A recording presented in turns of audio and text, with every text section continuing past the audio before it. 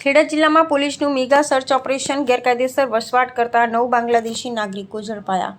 પરત મોકલવાની તજવીજ શરૂ. જિલ્લાના વિવિધ વિસ્તારમાં 60થી વધુ શંકાસ્પદોની સઘન પૂછપરછ બાદ સ્થાનિક પોલીસ અને એસઓજીની ટીમને મળી મોટી સફળતા. ખેડા જિલ્લામાં સ્થાનિક પોલીસ સહિતની સુરક્ષા એજન્સીઓ દ્વારા ગેરકાયદેસર રીતે વસવાટ કરતા પરદેશી નાગરિકોને શોધી કાઢવા માટે એક વ્યાપક સર્ચ ઓપરેશન હાથ ધરવામાં આવ્યું. આ મેગા ઓપરેશન દરમિયાન જિલ્લાના જુદા જુદા વિસ્તારમાંથી કુલ 60 જેટલા શંકાસ્પદોને રાઉન્ડ અપ કરી તેમની સઘન પૂછપરછ કરવામાં આવી. આ તપાસ દરમિયાન જિલ્લામાંથી કુલ 9 બાંગ્લાદેશી નાગરિકો ગેરકાયદેસર રીતે રહેતા હોવાનું સપાટી પર આવ્યું છે, જે તમામ સામે કાયદેસરની કાર્યવાહી હાથ ધરી તેમને પોતાના દેશ પરત મોકલવાની પ્રક્રિયા શરૂ કરવામાં આવી છે.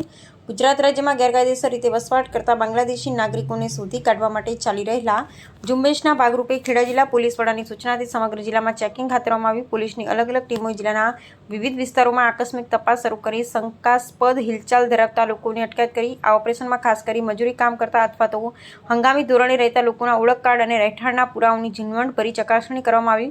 આ મેગા સર્ચ ઓપરેશનમાં પ્રથમ તબક્કામાં જિલ્લાના નડિયાદ, માતર, મહેમદાવાદ અને કપડવંજ પંથક સહિતના 4 મુખ્ય તાલુકાઓને આવરી લેવામાં આવ્યા. પોલીસે આ વિસ્તારોમાં બાતમીદારોને સ્થાનિક નેટવર્કના આધારે દરોડા પાડી 60થી વધુ લોકોની અટકાયત કરી હતી.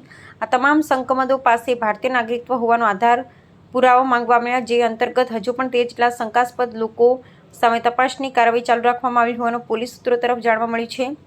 સઘન પૂછપરછ અને દસ્તાવેજોની ચકાસણી અંતે નડિયાદ શહેરના પશ્ચિમ વિસ્તારમાંથી 4 બાંગ્લાદેશી નાગરિકો મળી આવ્યા હતા, જ્યારે જિલ્લાના અન્ય વિસ્તારમાંથી બાકીના નાગરિકો મળી આવ્યા હતા. પકડાયેલા કુલ 9 બાંગ્લાદેશી નાગરિકોમાં 3 પુરુષ, 5 મહિલા અને 1 બાળકનો સમાવેશ થાય છે. આ તમામ લોકો કોઈપણ કાયદેસરના વિઝા કે પાસપોર્ટ વિના સ્થાનિક વિસ્તારમાં આશ્રય મેળવીને રહેતા હોવાનું તપાસમાં બહાર આવ્યું છે.